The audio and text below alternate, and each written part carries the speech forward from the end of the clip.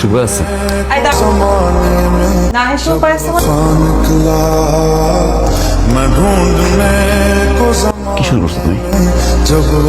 আমার কাছে গেছি, এতদিন পরে আমি আমার কাছে গেছি।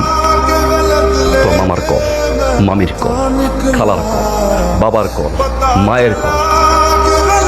সমস্যাটা কি? সমস্যা কি বলতে? সমস্যা কি? সমস্যাটা বুঝো না। তুমি আমাকে এইরকম একটা সিচুয়েশনে রেখে তোমার বাড়িতে গেছো, তোমার কি মনে হয় আমার ফ্যামিলি মানুষ তোমাকে ফোন দিবে না? কোন সিচুয়েশন রেখে গেছে মারিয়া? তুমি কি 7 মাসের প্রেগনেন্ট নাকি 6 মাসের প্রেগনেন্ট? আর 3 মাস হলো না, মাত্র কনসেপ্ট করছো তুমি। কোন সিচুয়েশন রাখছি আমি? বলো কোন সিচুয়েশন রাখছি আমি? বলো না আমি কি সিচুয়েশন তোমাকে রাখছি? বলো না শুনি। যা বলছো তাই তো করছি না? তাকে বাসায় যেতে বলছি নিছি আমি। যা যা লাগবে সুন্দর বাসা, এত সুন্দর বাসা দিচ্ছি আমি। আর কোনো জবাব নেই, বাসা করছি না আমি, করছি তো না।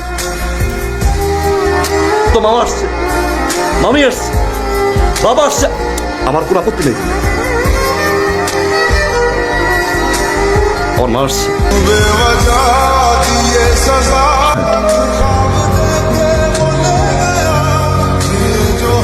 একটা বাসা নিচ্ছি, এত বড় একটা বাসা নিচ্ছি আমি, সেই বাসার ভিতরে আমার মা এখন পর্যন্ত আসে নাই। অসুস্থ মহিলা সে। আমি গেছি একটা রাত আমার সাথে থাকতে, একটা রাত ফোনের পর টেল মি ওয়ান থিং না, টেল মি ওয়ান। আমার সঙ্গে আমি বিয়ে করছি, আমি তো ব্যাচুলার না, ব্যাচুলার না, ব্যাচুলার তো না, ব্যাচুলার না। বাবা ইন্টারফেয়ার করবে, মা ইন্টারফেয়ার করবে, মামি ইন্টারফেয়ার করবে, চাই কি তারা? আরে আমার সংসার মতো করতে হবে না। বাড়িতে গেছো সাথে সাথে কান পড়া দিয়ে দিচ্ছে তোমার মাথায় না?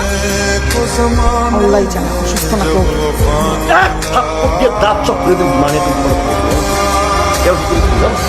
আমি এতদিন ওয়েট করছি এই জন্য যে ম্যাচুরিটি একদিন হবে, আল্লাহ বুঝ দিবে, তারপর আমার কাছে ক্ষমা চাওয়ার শাশুড়ি হিসাবে তার ছেলের কাছ থেকে প্রপার সম্মানটা পাবে সে।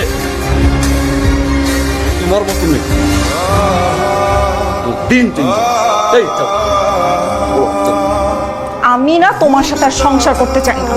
যেই ছেলে মায়ের কথা চামানের মতো আচরণ করে তার সাথে আর কি থাকতে চাই না। আরে থাইকো না তুমি, যাও থাইকো না।